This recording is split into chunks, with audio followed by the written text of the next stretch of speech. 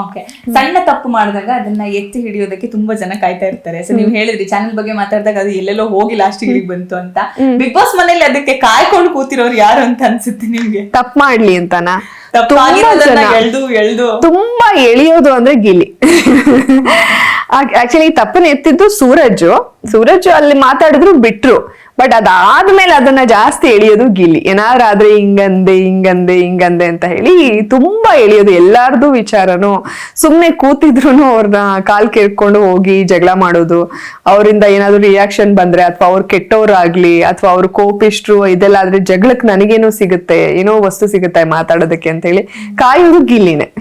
Talk war ಆದಾಗ ನಿಮ್ದು ಮತ್ತೆ ಧ್ರುವಂತವ್ರದ್ದು ಸಿಕ್ಕಾಪಟ್ಟೆ ಪ್ರೋಮೋಲೆಲ್ಲ ಹೈಲೈಟ್ ಆಗಿತ್ತು. ಸೊ ಯಾಕೆ ಹಂಗಾಯ್ತು ಅಂತ? ಸೊ ಅಂದ್ರೆ ಬಟ್ಟೆ ಒಗಿಯೋದ? ಇಲ್ಲ, ಆಕ್ಚುಲಿ ಅದಕ್ಕಿಂತ ಮುಂಚೆ ನಾವು 3 ಜನ ಒಟ್ಟಿಗೆ ಇರ್ತೀವಿ, ನಾನು, ಅಶ್ವಿನಿ ಅವರು, ಧ್ರುವಂತ್. ಬಟ್ ಯಾವಾಗ ಧ್ರುವಂತ್ ನಮ್ಮನ್ನ ಡಾಮಿನೇಟ್ ಮಾಡಕ್ ಬರ್ತಾರೋ ನಾವು ಧ್ರುವಂತ್ನ ದೂರ ಇಡ್ತೀವಿ, ಬೇಡಪ್ಪ ಡೇಂಜರಸ್ ಮನುಷ್ಯ ಅಂತ. ಸೊ ಅದಾದ್ಮೇಲೆ ಅವ್ರು ನಮ್ಮನ್ನೇ ನಾಮಿನೇಟ್ ಮಾಡ್ತಾರೆ. ಬಟ್ಟೆ ಎಲ್ಲ ಸರಿಯಾಗಿ ಒಗಿತಾ ಇರ್ತಾರೆ. ಒಳ್ಳೇದಾಯ್ತು ಬಿಡಿ, ಕೊಳೆ ತುಂಬಾ ಇತ್ತು ಬಟ್ಟೆನಲ್ಲಿ, ಹೆಂಗೋ ಧ್ರುವಂತ್ ತೆಗ್ದಿದ್ದಾರೆ ಅದನ್ನ.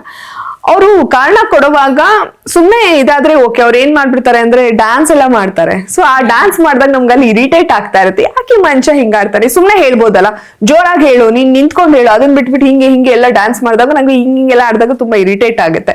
ಸೊ ಅವಾಗ ನಾವು ಮೋಸ್ಟ್ಲಿ ಪ್ರಾಬ್ಲಮ್ ಇರ್ಬೋದೇನೆ ಹಿಂಗ ಆಡ್ತಿದ್ದಾರೆ ಅಂತ ಅಂತೀವಿ. ಅದು ಆಚೆ ಕಡೆ ಎಲ್ಲ ಟ್ರೋಲ್ ಆಗಿದೆ. ಅವ್ರು ಯೂಶಲಿ ಸ್ವಲ್ಪ ಡ್ಯಾನ್ಸ್ ಮಾಡ್ತಾರೆ, ಇತ್ತೀಚೆಗೆ ಅದೊಂದು ಕಲ್ತ್ಬಿಟ್ಟಿದ್ದಾರೆ ಓವರ್ ಆಗಿ ಹಿಂಗೆಲ್ಲ ಆಡೋದು. ಅವಾಗ ಅಲ್ಲಿ ತುಂಬಾ ಇರಿಟೇಟ್ ಆಗುತ್ತೆ. ಇಲ್ಲಿ ನಮ್ಗೆ ಅದ ಹಂಗ್ ಕಾಣಿಸ್ಬೋದು.